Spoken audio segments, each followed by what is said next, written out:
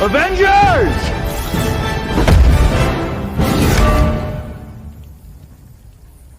Assemble.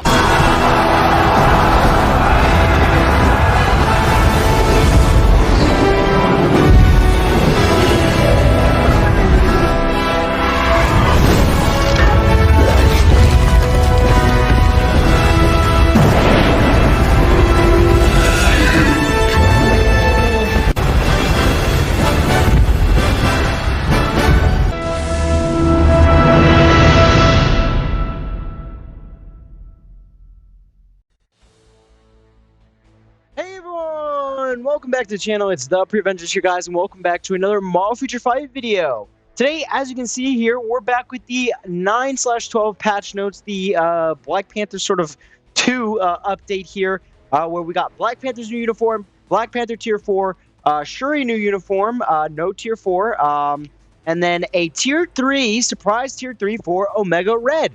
So let's dive right into today's patch notes without further ado, because I know that I like to talk a lot in these videos, so might as well just get through it. Greetings, agents of CM Fragment Marvel Future Fight. Through this patch, meet the noble rulers destined to protect their kingdom and the rageful mutant whose evil only grows further. Black Panther has become the true king of Wakanda with his new uniform and Tier 4 advancement. Also, a new uniform for Black Panther Shuri, who follows in the footsteps of her brother, has been added.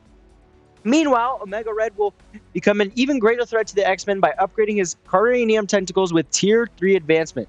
Agents, check out the new skills and power of the updated heroes by downloading the 9/12 patch. So this will be a rolling patch, meaning it'll just download automatically as you log into the game. It will come out tonight at 11 p.m. Eastern, 8 p.m.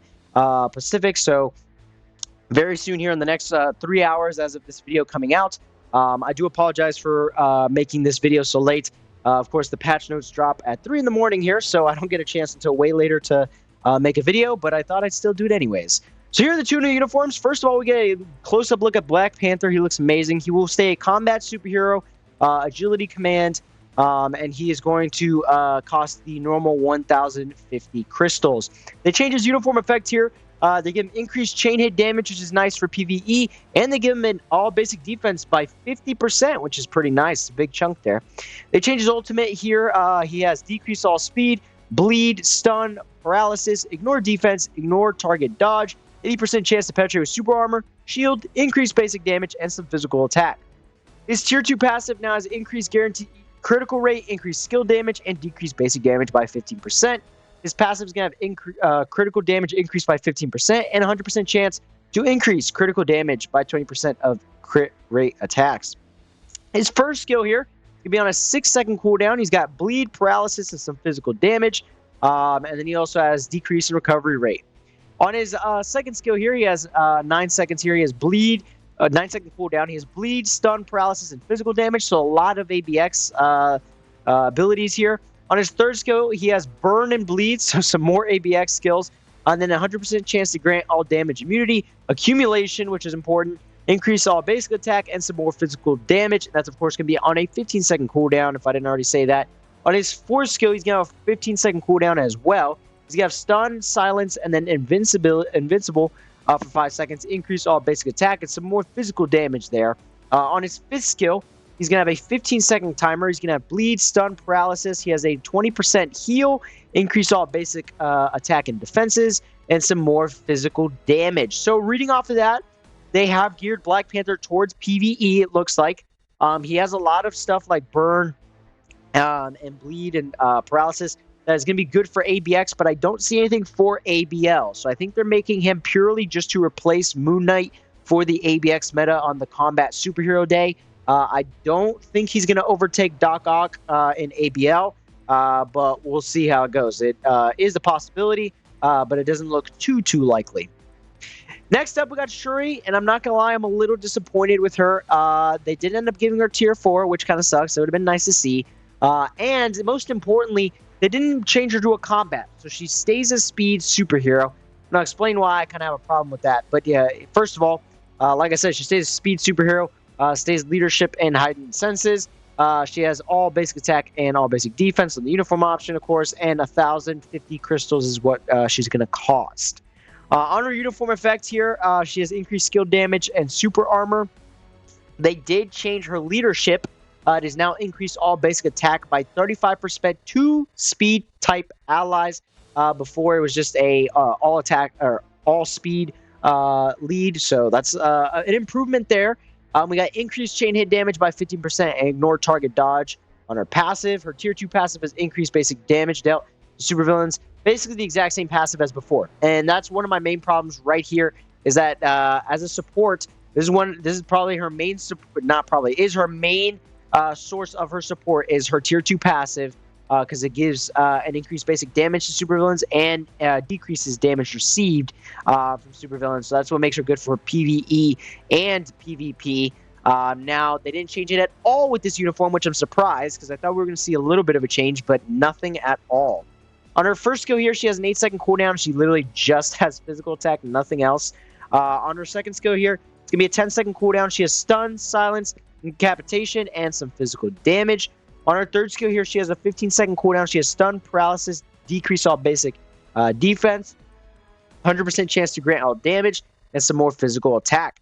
On her fourth skill here, it's going to be a 16-second cooldown. She has fracture, paralysis, invincible, increased basic damage, and some more physical attack. On her fifth skill, another 16-second cooldown. She has bleed, decreased recovery rate, a 30% heal, increase all basic attack, increase all basic attack again by 50%, and then some more physical damage. So, overall, is her uniform better than her old uniform? Yes, because it has more damage and some more effects. But because she's not tier 4, she's not going to compete with Luna, Shadow Shell, or any of the other speed superhero females. So where does she sort of fit in the meta? Obviously, she's already in the meta as a support. But with this new uniform, not much has changed. Honestly, she's pretty much the exact same character, except for the fact that her leadership has now been changed and she can deal a little bit more damage. But otherwise, not much has changed. And that's what is kind of annoying for me. It's same price uniform, 1,000 crystals, for basically the same thing as her old uniform, except a little bit more damage and a slightly better leadership here. So I don't know how that's going to work out. I don't know how many people are going to pick her up. She looks great as far as her uniform. But as far as on paper, guys, she doesn't seem like anything special, and I could definitely see a lot of people skipping out on her because that passive stays the exact same. Next up, we have Black Panther's tier 4. He has increased all basic attack by 40% for 10 seconds, a 45% heal, so that kind of look every 1 second. That looks a lot like Moon Knight's, so that's another sort of reason why you can guess that they're making him to replace Moon Knight. Then next up, he has activation rate when dealing critical rate, which he has a lot of critical rate everywhere, so he's going to be doing this all the time. He has an increased all basic attack by 20% up to max HP 80% and every 10 seconds. So that's pretty big. It's going to give him a huge damage boost there, so I'm interested to see how that turns out. Omega Red is, of course, getting his tier 3 here. You can see it down here on the bottom. That's how it looks. Omega Red is going to have stun, paralysis, ignore target dodge, 80% chance to penetrate super armor, invincible, increased basic damage, and some physical damage. So that's pretty sweet. Glad to see that we only had to wait 2 weeks for a new character to get their tier 3. I hope that they sort of stick to that or release the characters already with their tier 3s and transcended, just so they don't give us a heart attack about not getting a upgraded version of the character. We also get Black Panther's new artifact, increase instant crit rate by 16% and increase instant critical damage by 20%. Not anything special, not terrible, not the best, kind of in the middle there. But I like to say the icon is pretty cool with this clause. But as far as what it's going to do, it's going to be pretty minimal, not too much. It's not going to be a must-have for Black Panther.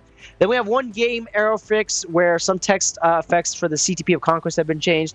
I know a lot of people have been complaining about getting kicked out of the game and are complaining that we didn't get that sort of game error fix. But hopefully we see that soon. Who knows? Or maybe they address it. Maybe they don't. I don't know. Anyways, overviewing the patch notes here, Black Panther looks like he's going to be a straight replacement for Moon Knight on paper. Shuri looks disappointing on paper, honestly. I'm trying to think on like the positive side. I mean, the new leadership is nice and some more damage is nice, but really it just seems like they're keeping her the exact same as where she's been, and they're making her sort of the cheap route 4-speed female superhero. If you don't already have these other characters at level 80, she's sort of the cheap route that you can go with, I guess, for tier 3 level 70. But otherwise, I don't know why you wouldn't just build Luna or Shadow Shell even at least, or even Spider-Gwen. There's just too many characters competing there that I would love to see her get changed to a combat. because now it just kind of seems like she stays in the same spot in the meta. She's going to be support, and that's pretty much it. So yeah, it's kind of unfortunate. Omega Red getting a tier 3 is awesome, especially for those Omega Red fans. We'll see if he fits anywhere in the meta at all, or if he's just going to be a fun character to play with, which honestly I'm fine with. As long as he's fun to use, I'm pretty cool with that. Obviously, because he's not a supporter, I think it's going to be hard for him to fit in the meta. And with tier 4s, it's going to be hard as well to really place him anywhere in this sort of meta. The last thing I want to talk about here is we got a update chance up event for 1 to 6 star artifacts for the new artifacts. So if you're trying to get your hands on one of these bad boys, those would be a chance up event. So make sure to stay tuned for that when the update drops. But yeah, other than that, guys, that'll do it for today's video. Hope you guys enjoyed my breakdown of the 9.12 patch notes for the Black Panther update. I'll be making videos as soon as I can on the update. Like I said, it drops in about 3 hours, so stay tuned. And yeah, we'll see you guys all in the next video for the new update. Take care and peace out, guys.